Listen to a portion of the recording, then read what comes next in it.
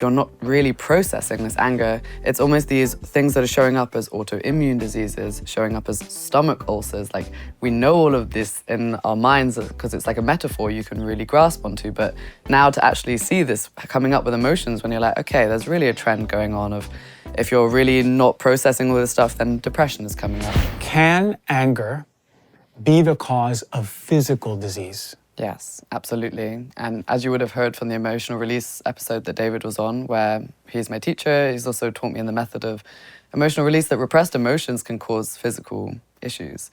And we see this often with people with anger. For example, if you're having too much anger, it's this cliche, like, oh, I have so much anger going on, and then people's heart rate's really high. They've got like heart disease going on. There's like a lot of pressure-related illnesses going on in the body.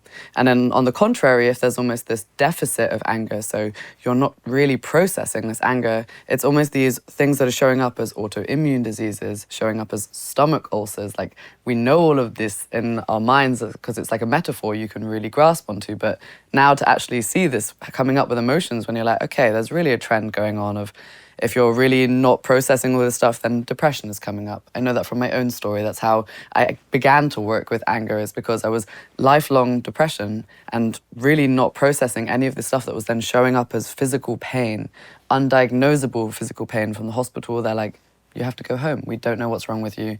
Sometimes we can't diagnose this pain. And then I'm like, okay, this might be psychosomatic. What is this? Particularly, it was on a point in my appendix that I was having all of these issues. And when I went into this with David and in my method with emotional release, it was blinding rage. Blinding rage at the family system, at my life, at society, at all of these different sources that are showing up that then you're finally able to find a way to express. And that's really how I've come on this path. And I'm now guiding other people also with their anger, because it's the most repressed emotion in our society, the most unallowed, the most scared emotion that we have.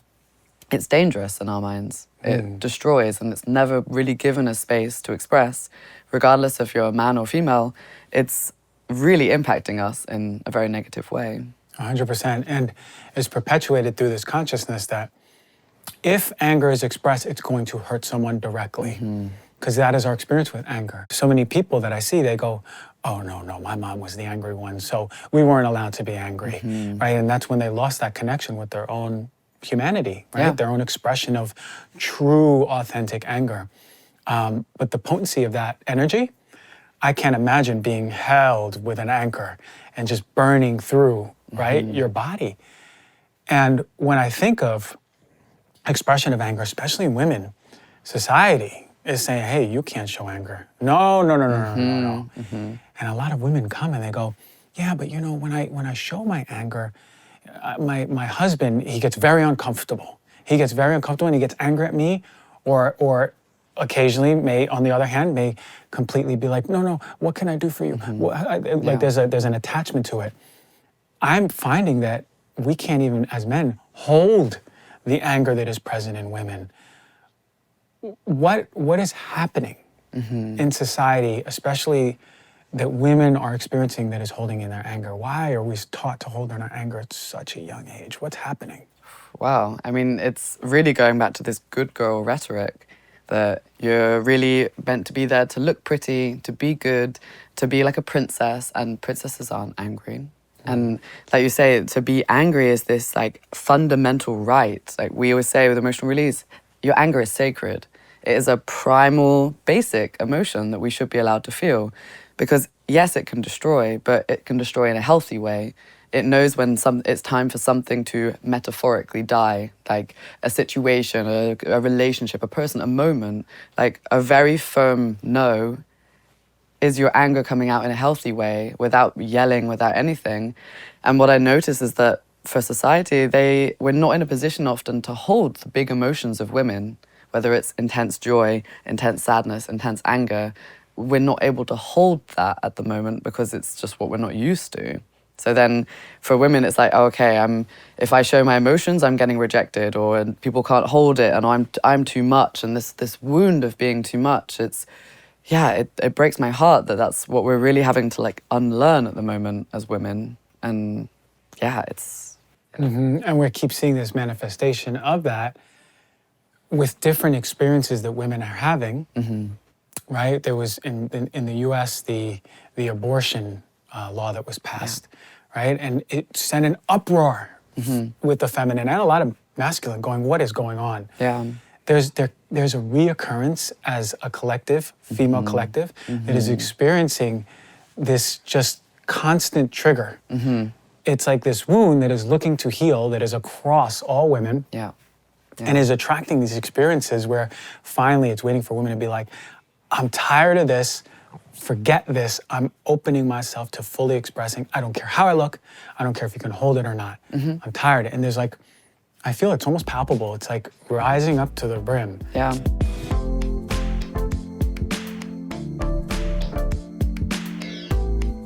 Hey everyone, I want to talk about Birch Living. This is a partner we've been working with for more than a year now.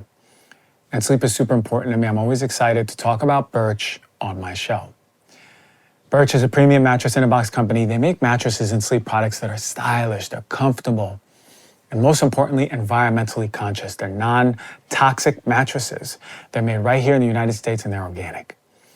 It's most important for me to choose mattresses that are organic with natural materials because, one, I can sleep comfortably, knowing that I'm avoiding all of these harmful off-gassing chemicals that you're exposed to when you sleep on a synthetic bed. And Birch Mattress is Green Guard Gold certified. This is the label that you want to see, the standardization one, to make sure that it's avoiding over 3,000 different chemicals that you could be breathing in that could be affecting every part of your system as a human. I have my Birch Mattress now for about a year and a half now, and I love it. What I love most about it is how breathable it is at night, how it's soft on my pressure points, so I feel like I'm being held by a nice, beautiful cloud pillow. And allergen and mildew resistant, really important. And it's made of raw materials that are coming from nature. So when you get your Birch mattress, you get a 100-night sleep trial along with a 25-year warranty. So if it makes you nervous to buy something and you haven't tried, you get more than 3 months to make sure that you love it. If you don't, they're gonna pick it up for you for a full refund. And the best part about this is that Birch delivers your mattress right to your door, free within the United States. And it comes rolled up in a box and super easy to set up for yourself. I love my Birch mattress, and I think you will too. If you're looking for a new bed, check out Birch. You can click the link below or go to birchliving.com/healthyself and get $400 off of your mattress plus 2 free pillows.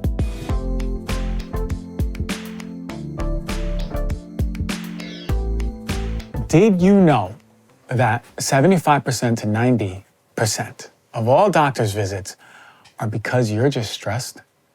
Many of us are operating in survival mode. We know it, we feel it, and we expect our skin and our bodies and our minds to thrive when we're running on empty. So to change this reality, we love this new purpose-led California-based hemp CBD brand called Prima. They're dedicated to helping you rise above modern-day stress so every day is a little bit better. With their doctor-formulated, clinically validated, high-performance products, you're feeding your skin, your body, and your mind. So if you're not sure where to start, try Prima's Daily Capsule. That's a CBD one, and it's gonna help relieve stress. Or if you're in need of a restful night's sleep without waking up groggy the next morning, use the Sleep Tight one. This is gonna give you a really nice, smooth, deep sleep. So lucky for us, Prima is offering my listeners, you all, the Heal Thyself listeners, a limited time 20% off offer with the code Heal Thyself. Head to prima.co and the code is Heal Thyself to receive that limited time 20% off and get the relief you deserve so you can feel better every day.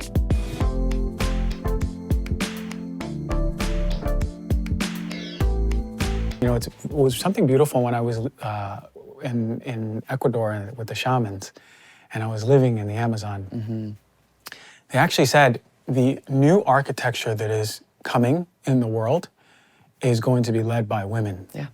A new architecture of how we live as humans, how we function as a society is going to be led through feminine. And he said, if we don't submit to this, all of humanity is going to die. Yeah. And then when the evolution process begins again, and we're humans again, it's going to start anyway as that architecture. Yeah. And in many ways, if you go deep into a lot of philosophy and going back into like how the world started and the organization and gods and goddesses, it was with women in the beginning. And that changed into the fear of the feminine and putting gods as men. Something that just came up right now. This is a huge, huge topic. Huge topic. But I see that the emotional, the expression of that, the coming back to who you are as women and your power as anger is going to lead that. Yeah, so this is actually a huge topic in the world right now. As you say, this ancient way of having gods and goddesses and not necessarily being in a matriarchy, but really respecting the mother, the feminine, the energy that also the women bring. And there's, in the turn of when modern Christianity was coming up, this was them bringing in, as we know, the patriarchy and the suppression of women and our energy of this beautiful power that women hold, that we bring children and life into this world, and it's never respected in the society right now. And this is really a trend that we're seeing, and like how I'm also doing this with the anger work is really allowing women to step away from this maiden, this girl. So I follow a lot of the work of Sarah Dawn Wilson, of stepping away from this I'm a girl and I need a man to help and fix me, to I am a mother, and not just a mother of, regardless if you have a children, but mother of my community, mother of the people I'm with, and like holding myself in this mature feminine. And for anger work, that is the perfect tool into this, of reclaiming your emotions, reclaiming your power, reclaiming your sense of confidence and how you bring yourself into the world. And when I've noticed this in my own journey now, that when I'm bringing that kind of energy, it's like a loving anger, like Kali. Like she's coming in, and sometimes there's killing has to be done for justice, and it's never aggressive. It's never for something that's unjust. And I think slowly but surely, as more women step into that power, and men, of course, that's when these shifts, as you say, the shamans are feeling is coming. So it's not going into a matriarchy, but it's bringing in our power again. And what I notice is with that emotional repression, there sometimes is a disproportionate reaction. Yeah. Right? that in many ways is unhealthy because it's being repressed so much. But when you move through those emotions and experience them, then your experience with that emotion is much healthier. Yeah. The expression of anger is much healthier, which Yeah. is really what I tell clients is like, now you have a new relationship with anger. Now your children can go, whoa, mom is like comfortable with her anger, but it's not scary because she shows it to herself and she expresses it to herself. She don't take it out on me or my sister or dad, right? What a gift that is from mom to daughter, even from mom to son, to be like, I expect a woman to be that way that I marry, that I'm in partnership with, right? Yeah. A woman in her true power. So what does it mean then when we say the anger is sacred, or a woman who expresses her anger is really in her true power? Are they intertwined, being in your power as a woman with your anger? Yeah, I really believe so. It's this element we call an emotional release of being in your dignity. So being in, as you say, not projecting. It's like also when you're with your partner, it's like, yes, it goes transgenerational, but also within the people that you're engaging in relationships with, business relationships, friendships, to really own your emotions and to not be projecting them, to be like, okay, I am feeling this way right now, processing that yourself.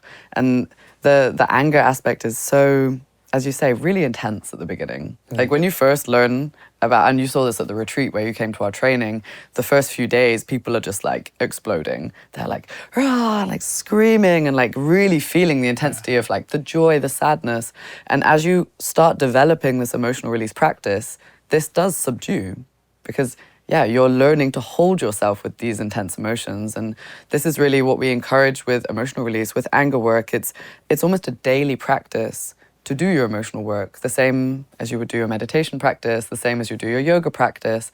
It's something that's really awkward at the beginning. It doesn't flow, just like with yoga. You're not very flexible at the beginning. You can't do a pose as easy. And then as you go through and incorporate this into your life, because it's the most important thing is dealing with your emotions, as you well know. Like it's, changed your work and changed everything that's your approach to medicine as well, because of how important our emotional work is. And this is really the forefront of where we're going with healing. Yeah. And with making life easier and happier.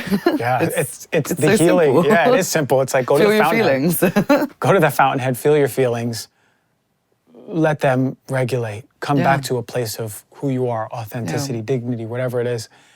And then people feel that, and people feel safe around you, and then they feel safe to feel their emotions, and it's like this cascade of, whoa, this is what healing looks like, right? You mentioned off air a little bit about boundaries, and this is very important, because what I find is that a lot of people have very poor boundaries. This is something that I had really poor in practice for a very long time. Yes to everything. Why? Because I don't want to get someone mad. Why? Because I wanted to people please. Why? Because I couldn't hold my own anger, because I felt anger for myself and others. So it's interesting, this dynamic of how we show up in these mechanisms to protect ourselves from our anger, which Yeah. people pleasing is a huge one. You and I were talking about when someone says, oh, I haven't been angry in many years. I'm actually very happy. I don't feel anger. We're like, whoa, okay, there might be something there. But where do boundaries come in expressing your anger, or a lack of boundaries in holding in anger? Yeah. Okay. There's multiple things here. So, I mean, first of all, the element of it's a very primal instinct that if your boundaries are crossed, you should feel angry.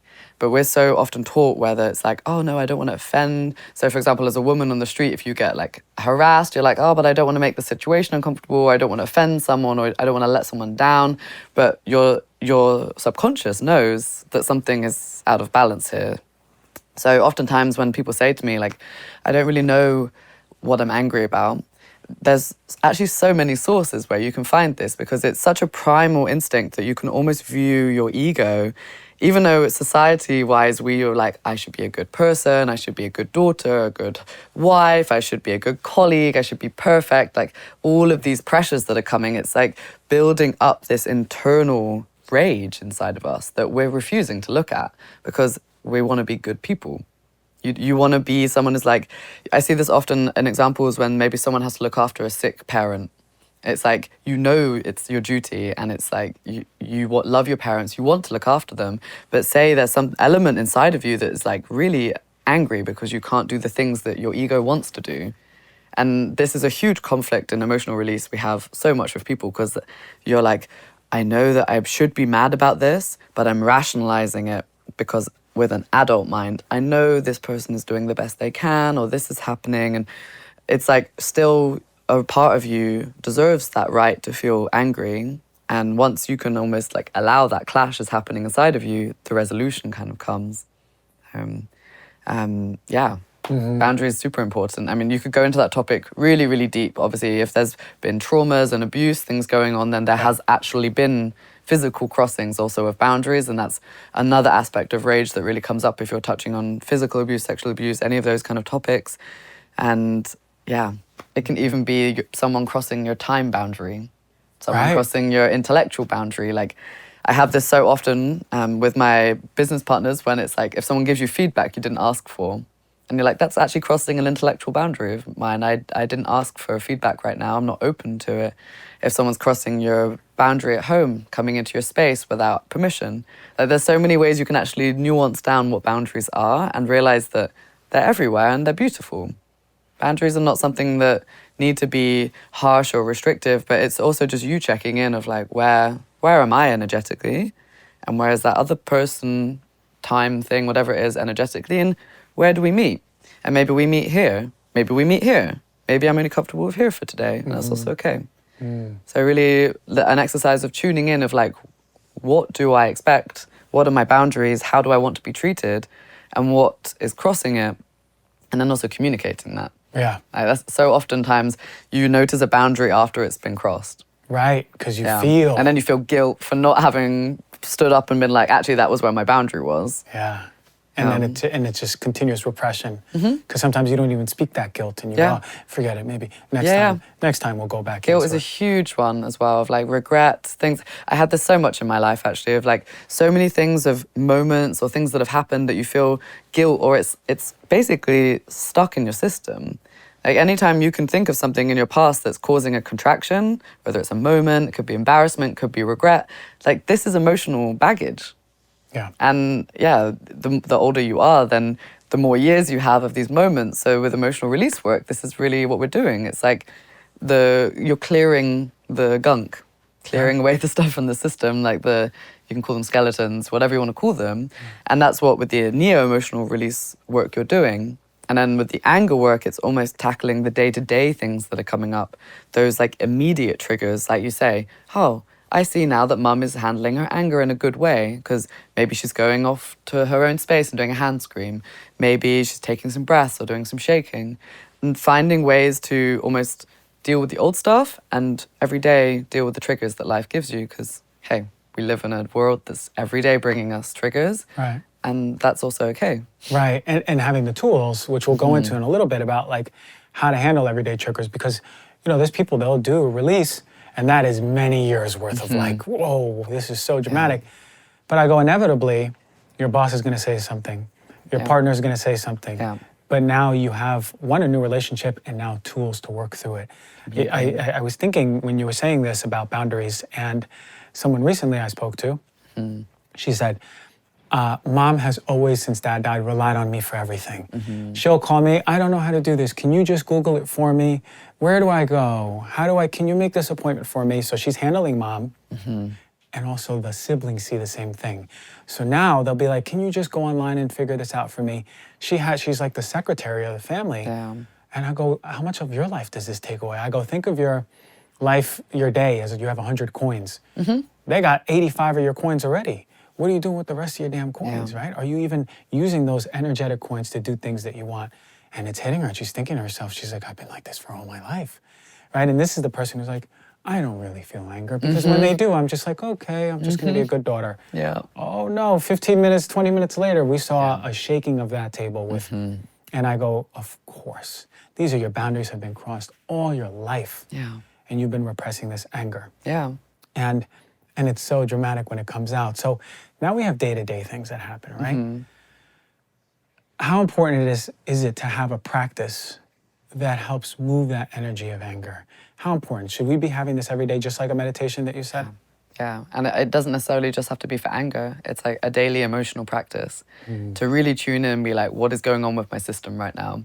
And whether that's when you receive a trigger, so like you say, your boss says something and really annoys you, and it's not okay to really stand and yell at your boss, because also that's a projection. So obviously, if they've treated you badly, then take any responsible action. But if it's something that maybe you go home and then you're like, do some screaming in your pillow, and you realize how the boss made me feel is because of how my dad used to talk to me when I'm younger. And that is actually the core root. So with this work, you're almost trying to get to like, what is the core trigger for me that then has been playing out and repeating in patterns in my life. And this is what I say to people, that your emotions, if you don't process them, they're getting pushed down and repressed. And I like to say it's almost like a high security prison. Like they are getting pushed down and locked away, and they're always trying to escape. So they're trying to come up maybe in your projections. So maybe you're manifesting. If you're not dealing with your anger, maybe you constantly are manifesting in people who are really angry. Like that, people say that all the time. They're like, if you're not dealing with something, it's going to come in your field. It may be coming in your dreams. It may be coming in symbols. It may be coming up in patterns, and you're like, why does this constantly keep happening in my life? And that's an invitation to be like, okay, what am I not feeling truly in that moment? And it's funny because the body is connected to your experience. It is expressing, whether it's energetically, we can go even woo-woo into this, whatever. It's like, you are going to attract that which you need to experience. And if you don't process those emotions also, it comes up in the body. That's where the symptoms come up. Like our ego is essentially like, this is too much for me to feel right now. I don't want to feel this anger, so I'm going to push it down. And then every time it's trying to come up, the ego is like, I don't want to feel this. I'm not going to look. And then your body's going to be like, okay, well, I'm going to give you pain. I'm going to make you hurt. I'm going to give you symptoms. Because unless we look at this, it's constantly going to try and get our attention. That's all it is. Like, we know this cliche so much, like, oh, I'm stressed because my shoulders are tight, or I have a stomach ache because I'm nervous about something, or even, the cliche of someone dying of a broken heart. Like, we know that our emotions are trying to talk to us, and it's just a practice of like, what are you trying to say to me? And that's what we do in the method. It's almost like this dialoguing with these different parts of you, because they're often just the protector parts that are coming up. Protector. How do we protect ourselves from anger? What are different ways that you see in people that we protect ourselves once we start encroaching on that anger, that we start feeling it? What are some ways we protect ourselves?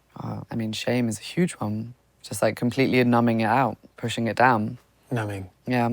It's interesting, it's like the numbing aspect, but then there's also flipping into like sadness. So for women, it's really easy for us to be like, if there's anger, we're actually like, I'm just going to cry. Because I don't know how to process the rage, so the sadness is really easy to access. And then on other sides, you may see somebody who's like, oh, I'm going to go to the gym. I'm going to do something that's like to still express the energy, but are you actually tuning into what that underlying root was at the bottom of it? Do you see a lot of people pleasing? I guess so. I noticed that a lot. That's why I asked. I noticed a lot with anger. It's like that smiley face, right? And the passive aggressiveness. Oh, then we know there's anger boiling under. When they're like, yeah, sure, no biggie, cool. And I'm like, there's definitely a biggie. there's definitely something yes, wrong. biggie. Yeah, exactly. It's like when you can really feel that when you just know someone's not speaking their truth. Maybe I have this also as coming as a British person. Like people don't speak to you directly as to what's going on. They'll like dance around a topic or like hide it under some layers of, yeah, sure, this. And you're like, okay, they're not actually telling me what they really feel. Yeah. So getting in touch with that anger will allow you to even speak in more authenticity. Like, in a way, like you said, it's earlier you said just speaking from that place of anger in a healthy way. Being in many ways like just blunt, like, no, I don't actually want this. Yeah. That's a form of you expressing, oh, my boundaries crossed, and no, I don't want this. Yeah. You know? Yeah, it's like learning to feel what does anger feel like in your body. Like for a lot, you could almost feel it's like this building fire, like for some it might be a little match, like a tiny spark, but you know what anger feels like. It's like this building up, and in the cartoons of Tom and Jerry, you see like the steam starting to come out of the ears because that's how it feels like. So it's almost learning like what does it feel like when your boundaries are crossed, and starting to recognize that. So then you'll be able to catch that before it's too late, and to communicate like no is a full sentence. Yeah, I feel personally, and people, viewers and listeners may resonate with this, is I feel the building in my stomach, and I feel when I'm holding it and I'm repressing it because it feels like there is this really dense energy. Let's say like a 1,000-pound loaf of bread that's rising with all this yeast, and it's pushing against the walls of my ribs, up my stomach, and I know I'm pushing it because the more I push it, the more dense it gets in my stomach. And I know when I allow it, when I feel safe with myself, it goes to my chest. Yeah.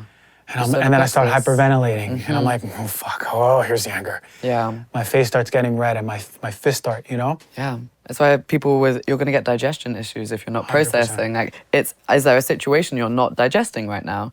And if you're not allowing a particular emotion, especially like anger, then it's just going to sit here, IBS, all of these bloating. It's all stuck in this area. And it's like, as you say, this is the solar plexus area. So if you're then allowing this energy to come up, and this is why with a lot of the practices we do, you also incorporate the voice and the breath. The breath is so important, because if you're just breathing a bit normally, like imagine being angry, like, it's like, it's like that's what I say. It's like 50, 100% right here, building up in the chest, and the voice is at 10%. Oh, no. It's like I want to hear like a primal roar. And it's like we do this with some of the exercises, that if you're doing like a pillow scream or something. And it's like, I always say, be careful with your voice when you're doing anger release, because you can strain your vocal cords. Because if you're trying to just come from up here, like that hurts. That's like a contraction here. But if you're really breathing that the energy is coming from like the depths, like coming from this loaf of bread, as you say, this like heaviness, if it's coming all the way up here and like a real like primal caveman. That was great, Christian. Rawr. That's my cub roar. Bear cub. I think you can go a little bit louder. But from the depths of the bowels of hell, right? You embody your caveman or woman when you're like, you want to be really letting the energy come out.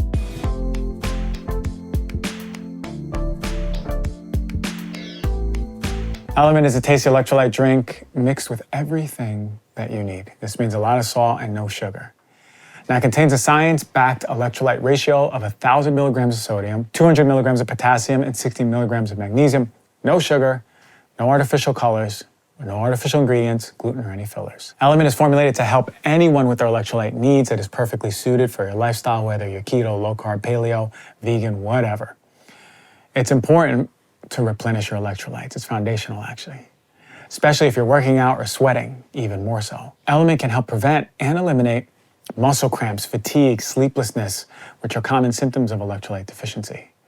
Now, I felt better using Element on my morning routine because when I use my reverse osmosis water system, it's taking out all the minerals, so I would like to replenish it. I use about half a pack for every 24, 32 ounces. I'll fill up the water again and use the other half. Right now, Element is offering you, the Heal Thyself listener, a free sample pack with any purchase. That's 8 single-serving packets free with any Element order. This is a great way to try all 8 flavors and share Element with a friend. Get yours at drinkelement.com/DRG. The deal is only available through my link, you must go to drink, element, LMNT.com/DRG. Element offers no questions asked refunds. Totally risk-free. If you don't like it, you're gonna get your money back, no questions asked. You have nothing to lose.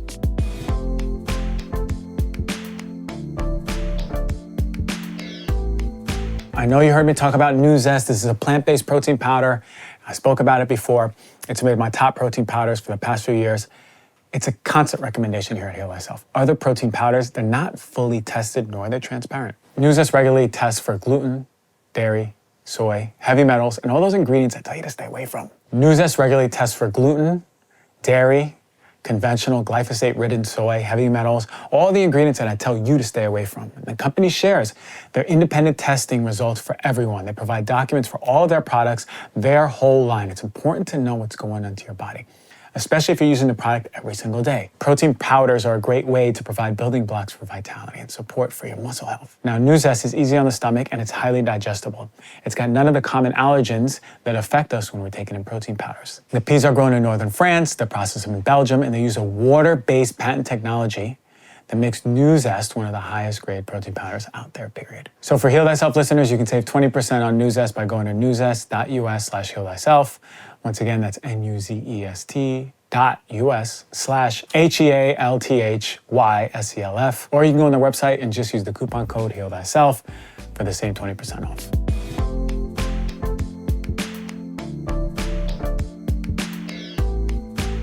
And this is something very important. What I notice, a lot of us are very put together, right? So before I have any emotional release, I say, this process already started if you can begin to allow yourself to think about, I'm gonna come out of this, my hair's gonna be a mess. I'm gonna have boogers. My eye mascara is gonna be running. I might have a little bit of drool coming down. My shirt might be hanging off one shoulder, right? And I'll be dripping like a sauna. Yeah. Because so much of us are like, no, I am not gonna go to that raw version of me. Society definitely doesn't accept that. Yeah. I look like a crazy homeless person who's on drugs, right? But the reality is that when anger feels that comfort from you going, I'm ready, then it's like, oh, because anger is not pretty, it's not elegant, it's not sophisticated. Holy moly, it's raw, it's those boogers, it's those eye mascara coming down, it's that sweating.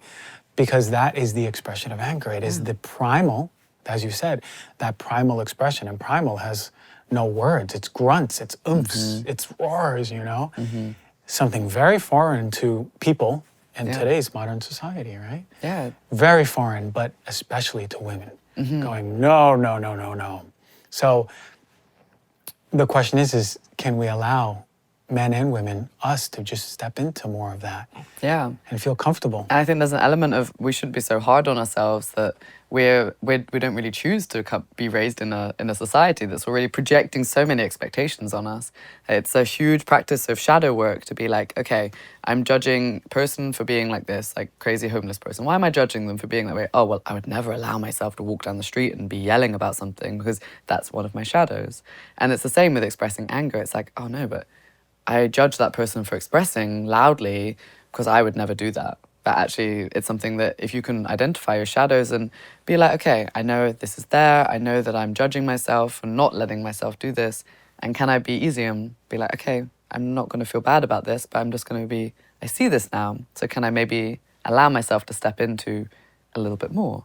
I don't have to be the crazy homeless person that's running down the road, but can I allow myself to maybe shed some of this perfection, this mask, and really bring yourself closer to being a human being? Because it's beautiful. Like, that's why when we hear people doing anger releases, we're always like, oh yeah, here we go. Like, they're being real. This is the realness. Yeah, it's being a human, and it's so beautiful to see it with any emotion that's coming up.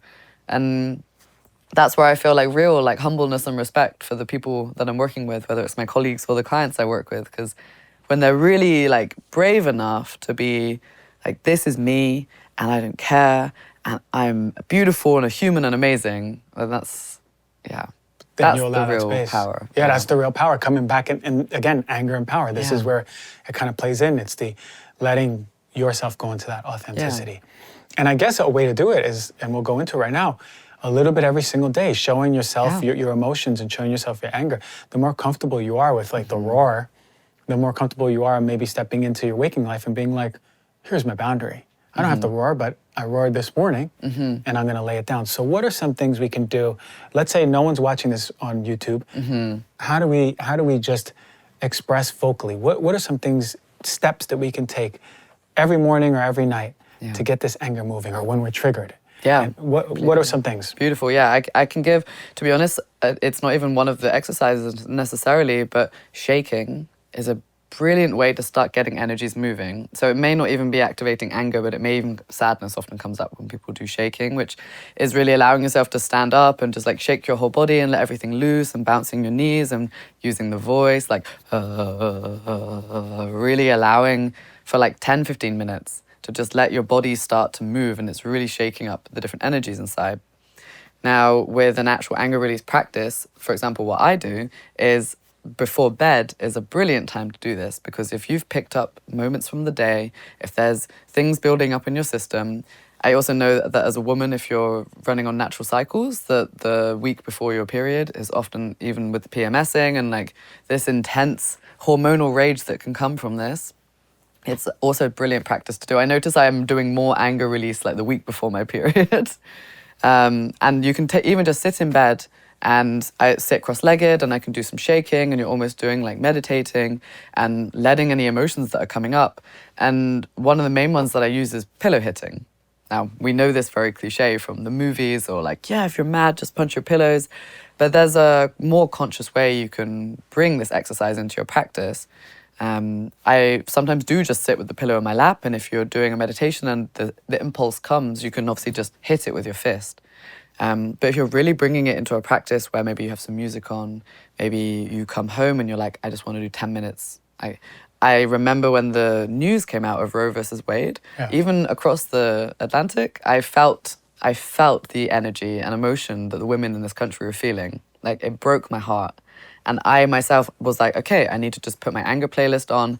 And for 15 minutes was like going through some of these different exercises and just also processing the emotions that maybe some people in this country can't process. Because we're all connected in that way. And you're healing the collective also by processing feelings. That being said, the pillow hitting one is something that's very important, that you're always bringing movement into your body. So I know I'm sat quite static now, obviously you can't see this, but you want to really be allowing that your hips are really bringing movement. So whether you're doing a scream, whether you're doing a pillow hit, to really be bringing your whole body into this motion. To really be allowing that. Oftentimes I'm suggesting people use their forearms instead of punching, because our hands are very fragile and fingers can get sprained. And the forearm is something that you can very gently bring up above your head and bring down onto a pillow and make a sound as well. And I do this with pregnant people, disabled people, elderly people. It isn't about how hard you're hitting. It's about connecting to the intention and the emotion that's coming up. So if anything, I always say, maybe try doing it ultra slow, because then you're really going to feel this like tension of the emotions and everything coming down. And there's just a lot of different things you can do to bring this in. When we're doing big group releases, sometimes we're getting people to really feel the clenching and pulsing of their fists, to really get it slowly going, to really start feeling that tension in your arms. Like, even just doing that once, you already feel this like almost like a gym bro who's like, like you feel this aggression coming through.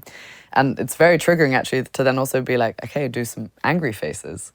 And that's really difficult for people to do, to really be like, like really, when we did this at the event a week ago, this was actually huge. It brought on so much anger for people because they're not used to even using this archetypal energy that wants to come up. And then other ones that are really useful is the pillow scream. And like I said, just being really careful of the vocal cords when you're doing this, and really bringing it to your face and really moving your whole body as you're doing a shake. And it's almost like a growl that's coming out. And temper tantrum is also one of my favorites.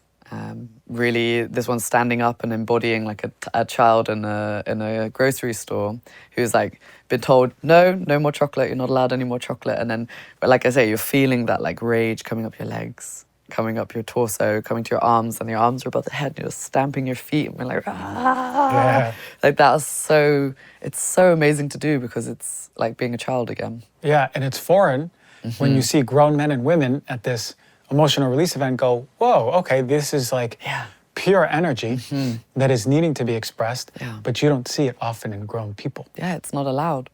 And if you don't have a pillow, or if you're at work, I've actually done this before in my previous work when I used to work in corporate, is like went to the bathroom and just like hands cupped in front of me over my mouth and just did some hand screams and just letting the energy come out, because otherwise it gets stuck in us. That's the easy one that you could just do in the car. Yeah. In the parking lot or the something. car is really quiet. You could probably just scream in your car anyway. Yeah, but make sure you're doing it from your belly because you're going to strain your vocal cords Exactly. here. Exactly. Okay, I love this conversation on anger because we haven't really had anyone come in and talk about such a raw, primary emotion that people feel every day.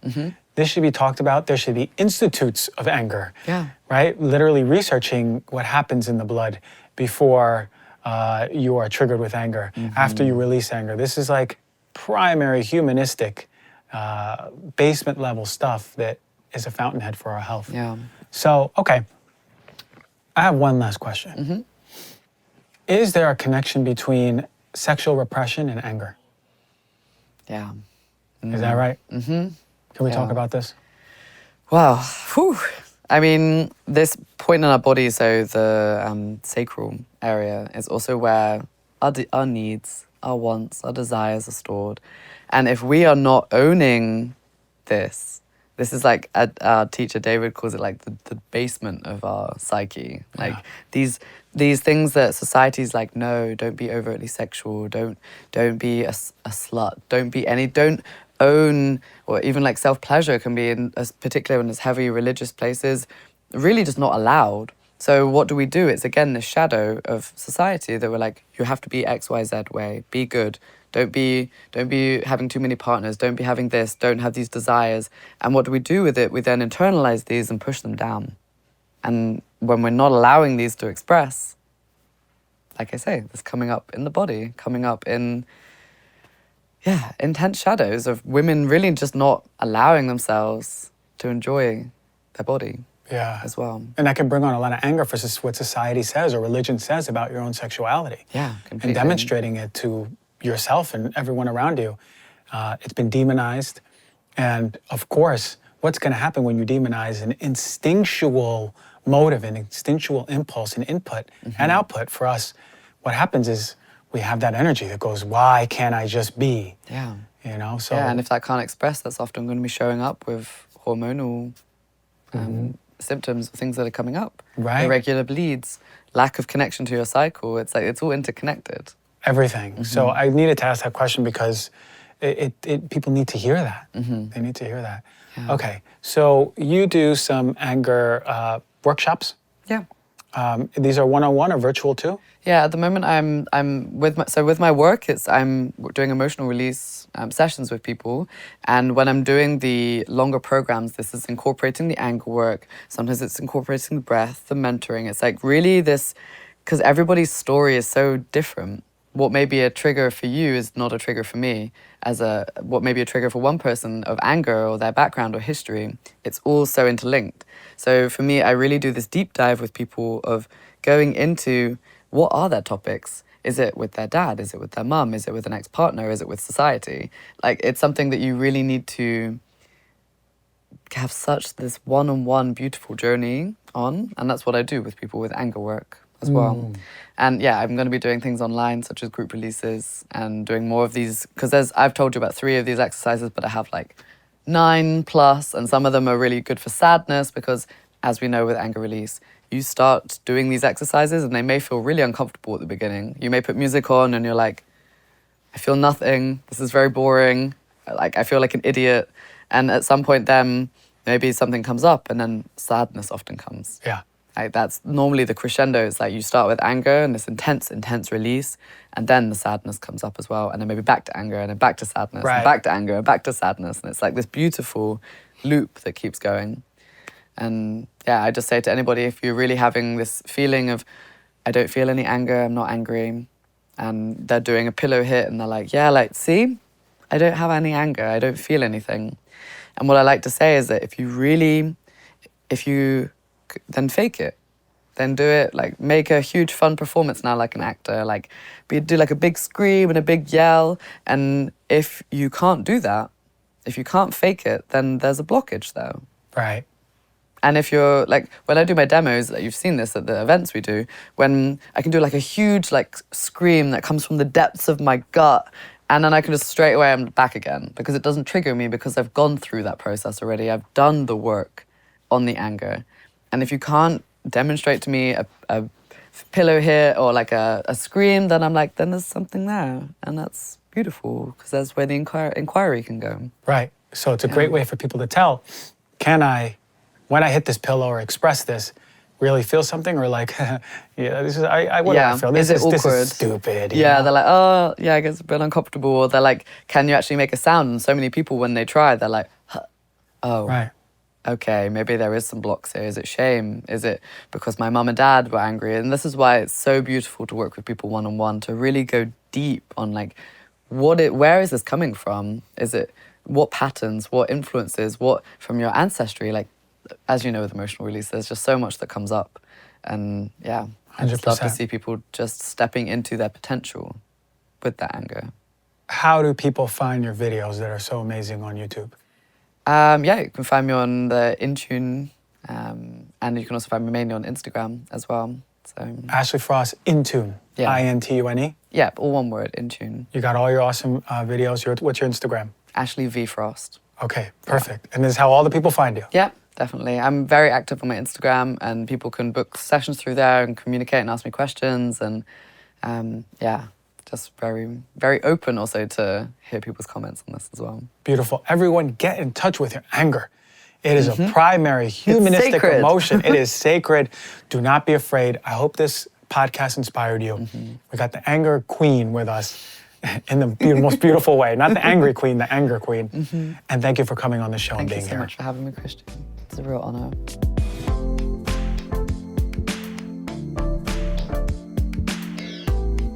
All right, everyone, you heard me talk about rituals for so long. And the reason I talk about them is because it's a ceremony that we need to be doing for ourselves every single day. Your life changes, period. Some of the most successful people that I've ever spoken to have non-negotiable time in the morning for themselves. It's closely paralleling to how much success you bring into your work. If you love your work and you want it to grow, then make sure you're doing your rituals.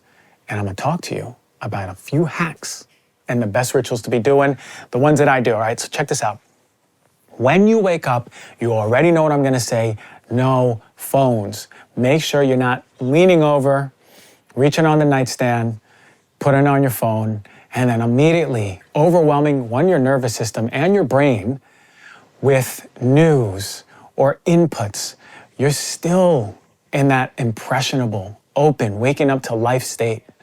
So what we want to do is make sure when we're in that brainwave state, we're not sucking in any negativity or any inputs from the phone's blue light. So no phone, keep it on airplane mode the night before. If you can, even as a plus, put it outside your room.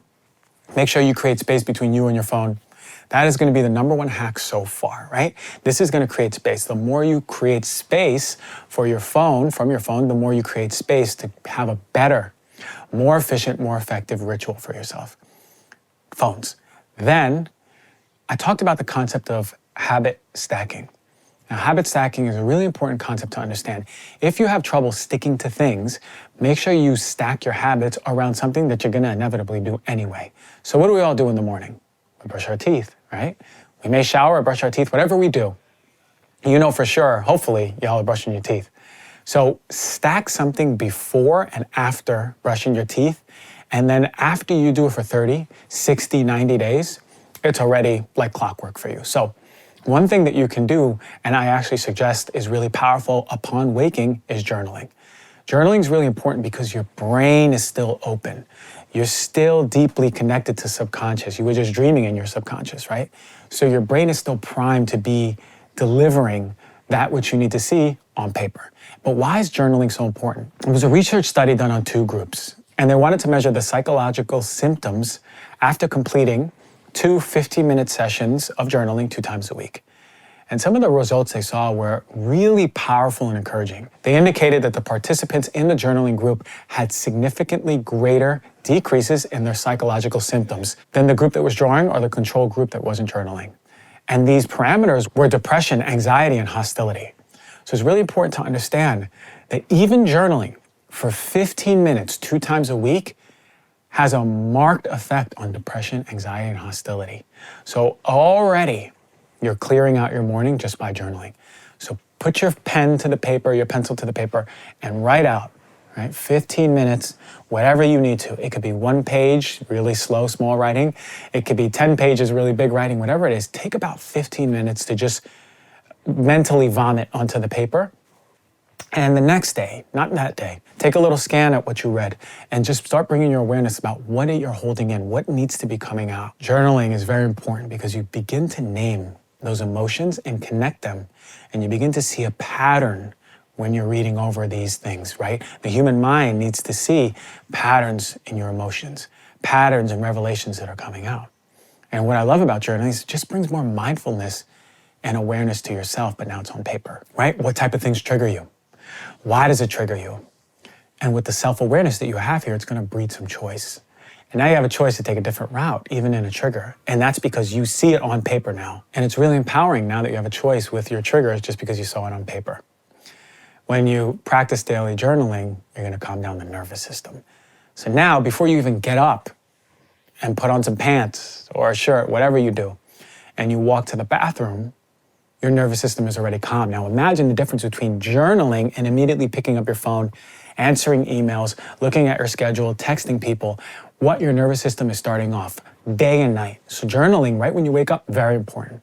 Go to the bathroom, and here's the habit stacking. You're gonna brush your teeth anyway. Go brush your teeth, do your oral health care routine, and then go on to the next thing. Now the next thing that I do, and I would actually suggest for all of you, is gonna be really important. What you did with journaling is get out these subconscious words onto paper. But it's so important, so important to build a relationship with the body. I can't stress this enough.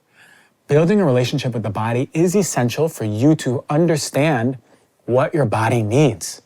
We actually have the technology. We are built to be in communication constantly with our body to know what it needs. So if we begin to honor our body by doing something like a meditation, mindfulness body scan, and I'll show you how to do it, then we're going to bring awareness to what our body needs. So now that you've habit stacked, right, you've journaled, you brushed your teeth, here's the next thing. Do the awareness body scan. And this is what I tell every one of my emotional release clients. Lay down and begin to bring awareness. Really feel your feet. Start with your feet. Start with your toes, the balls of your feet, the arch of your foot, your heel. Notice how the heel is just resting on the surface under it. Bring so much awareness to every inch of your body.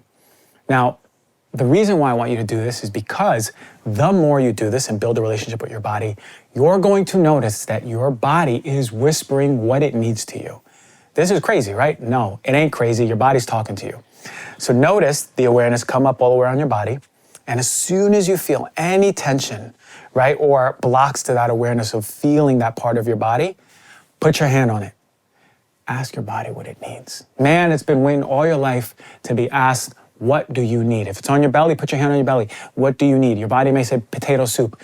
You don't even like potato soup. Make some potato soup. I promise you, your body's asking for it. The first thing you hear, the first thing you see. This is how you start building a relationship with your body. Your body wants to have a relationship with you. Your gut, if you have gut issues, wants to have a relationship with you. You got painful periods, your menstruation's all out of whack, your womb wants to have a relationship with you. You're holding in sadness, you can't express yourself, you don't feel like crying out loud to anyone or be vulnerable, your heart wants a relationship with you. Listen very closely. Connect to your body.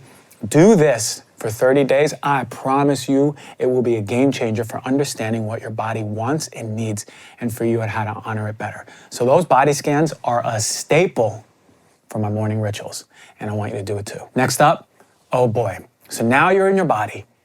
Now you know what your body needs. Now you want to get into the spirit. Right? Here's the spiritual side of you. You journaled, the emotional part started coming out. You went in your body, you started connecting to what your body needs, right? Even the emotional part of the body, but now we're getting into the spiritual. Very important, right? You are a holistic being, mind, body, soul. We got to feed every single one every single day, right? So we know the spiritual benefits we know the medical benefits of meditation too, and it's on the physical body. So they interplay with each other. A national health study in 2017 showed that US adult use of meditation in the past 12 months more than tripled from 2012 to 2017. And for children, it's gone up 9 times. And there's a lot of evidence of where the spiritual connection leaks into the physical. We know meditation is good for blood pressure reduction. We know that meditation is good for blood pressure reduction, IBS, ulcerative colitis flares, anxiety, depression, insomnia, smoking cessation, strengthening the immune system in a dose-dependent relationship, meaning the more you meditate, the stronger your immune system, pain management, management of chronic disease or end of life. And why is meditation so important? It synchronizes both hemispheres of the brain. They're acting as one, so it causes an awakened but deep, peaceful, relaxed focus state. We see a lot of studies, and I want to mention them to you because it can't be undermined, right? You already, like I said, done the journaling, you got into your body, you connected to some emotions. Now I want you to do this meditation practice for 60 days straight. Tell me your life doesn't change, tell me your health doesn't change. Do this meditation practice, do this whole ritual. But why is meditation so important? There's a lot of studies coming out. Meditation has been shown to change the structure of the brain. This is neuroplasticity. It increases the thickness of the areas of learning and memory, decreases the volumes of where? Fear, anxiety, and stress in the brain. It changes the brain, but also in a positive way. We saw a study that their subjective experience was also mirrored with reduced stress and improved overall well-being in folks. Folks who meditated over 20 years had more gray matter overall. Gray matter, aside from your senses, is for your memory, informational processing, right? You had better brain preservation as you get older versus non-meditators if you do it for over 20 years. This is an essential thing you need to be doing. Yale decreases in activity of the part of the brain that is associated with mind wandering, right? The self-referential, the me centers, right? My life, my place, my area, me. The brain processes that jump from thought to thought, like Super Mario, right? On the pipes, do, right? Might be the most important effect because this takes away from distraction. It cleans the dirty mirror that which we're looking upon. And rumination, going back in the past, right? This is the cause of depression, going back. Jumping to the future, anxiety. Meditation is helping for that, right? And neuroplasticity through meditation will help you pull back even when it does wander. And one of the last studies I want to talk about is meditation and depression. Johns Hopkins meditation has almost an identical effect size, strength of phenomenon of antidepressants, meaning that meditation is almost identically as effective as antidepressants. That's crazy, right? In other words, they do have similar benefits. Why? Because the brain is plastic. It learns through stimulus. And as researchers of the study said, meditation is brain training. It's an antidepressant in itself. If you ain't training anything, the Band-Aid is to put an antidepressant on it, but you ain't training your brain. You want to make sure that you're building up the areas of joy, openness, connection, and reducing the centers of anxiety or fear, self-referential, seeing bigger pictures, you as a community, you as a whole. And man, if you've done these 3 things already, the journaling, the body scan, connecting to your body, and the meditation, your life is going to change already. Now's the opportunity to do some things that maybe you're already doing, like walking. Go for a nice walk, get some steps in. Maybe before you go for the walk, you now build up a matcha or a tea or a coffee, whatever you do as part of your morning ritual. Here's a really good time to do it. If you do a moving meditation, Tai Chi, Qigong, yoga, great time to do it. Work out, movement, right? Getting the blood flowing, the lymphatic system going. Really important. And I would recommend a few times a week. It's been really helpful for me, is the Myofascial release balls. And what you could do is, there's different sizes, you can get them online, and they're balls of different shapes and sizes, colors, which you can use in different parts of the body. And I want you all to really begin to map what parts of your body are extremely tender, moderately tender, or just relaxed. If you feel with those myofascial release balls that your whole body is tender, every part of your body is tender, that's telling you your nervous system is in hypersympathetic state, that is telling your fascia the world is not safe for some reason or another, okay? And I just did a show on fascia. Go check it out to learn more about the importance of the fascia. I think it's the most important piece of tissue when it comes to your emotional health and disease, like autoimmune disease especially. But these balls are a game changer, right? Especially if you're doing it every day.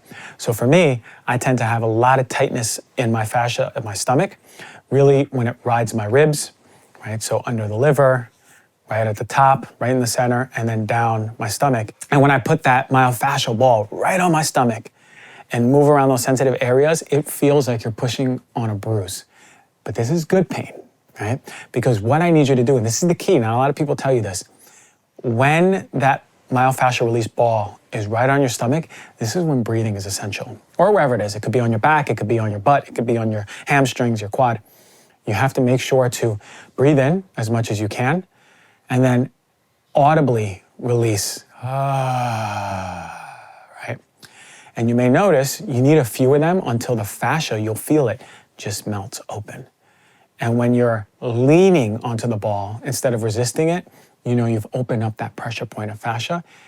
And one extraordinary thing that I noticed with this, and when I first started getting into it a few years ago, maybe a year and a half ago, I put it on my shoulder blade, my left one. And it was so painful. It was like I felt the pain shooting, radiating. And because your fascia is just one big piece of tissue, I felt it radiating to the right side of my head. So I laid down and I leaned into the pressure, and I was actually audibly, you could hear me probably next door because it was less and more screaming. But once that fascia just relaxed, my stomach just started gurgling. And all of a sudden, I felt like I had to go to the bathroom. It's incredible, right? But it makes sense because the fascia from your shoulder is connected to the fascia on the right side of your temple, is connected to your fascia, your stomach is connected to the bottom of your foot. It all acts as one, and it's acting in electromagnetic frequency, so it's faster than the speed of light. So that communication is happening before you even notice it. Before you can even think about what's going on, your body's already adjusting to it. So if you notice that you hold on to a lot of stress, or you had trauma in your life, and you haven't worked through it, and you haven't had emotional release, do this first. This is a really, really great way to start opening yourself up. So I would actually say, try it 3 times a week. That's what I do. I lay a little blanket down, I throw the balls on the blanket, and I just mess around and feel my body in different areas. And I just put up a video about this. But this is, for me, the ultimate ritual. We have the mental, emotional journaling, getting into your body, half physical, half emotional, meditation, the spiritual, but then leading to physical benefits. And then the physical stuff like walking, yoga, working out, whatever you need to do. And then do those myofascial release balls as maintenance, making sure your body is staying healthy, staying open. If you are looking for a ritual to do, try it like this. I promise you, you will notice better mental, emotional, and physical health, period. The thing is, you've got to commit yourself to it. So make sure you take your own accountability. Stack your habits. If after meditation, there's a few more things you have to do. You know every morning you're going to make coffee or green tea. Then make sure that before that coffee or green tea, you're still on a ritual, and then after you're still on a ritual. Continue habit stacking with things you're already going to do in the morning with your rituals, and I promise you, you're going to stick to it. You only need about 45, maybe 60 days, and it's already repetitive in your brain. Try it out. Maybe I feel inspired to do a little challenge. So maybe I'll put out a little challenge for all of us to create our ritual and do it and stick to it 45 days together. There is the hack for the best ever morning. Thank you all for listening to that. I really hope it helps you out. Try it out.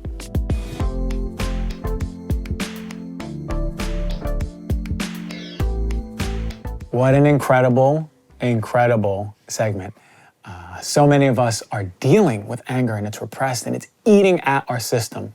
It's like a hot piece of coal in your belly. And knowing that there's resources is so empowering. So I want you all to try out everything that she said. Start your ritual. Take from the Knowledge Bomb. Set up a ritual for yourself. Write it in a calendar if you need to. Write it in your Google Drive if you need to, or your Google Calendar, wherever it is. Have a ritual for yourself and make sure you're doing it. And I promise you, your life is going to start soaring for the better. Rate, review, subscribe, support the show if you haven't yet. Let me know what you want me to talk about on Heal Thyself. Put it in the comments. I'll check it out and we'll put it in there. All the love. See you next week.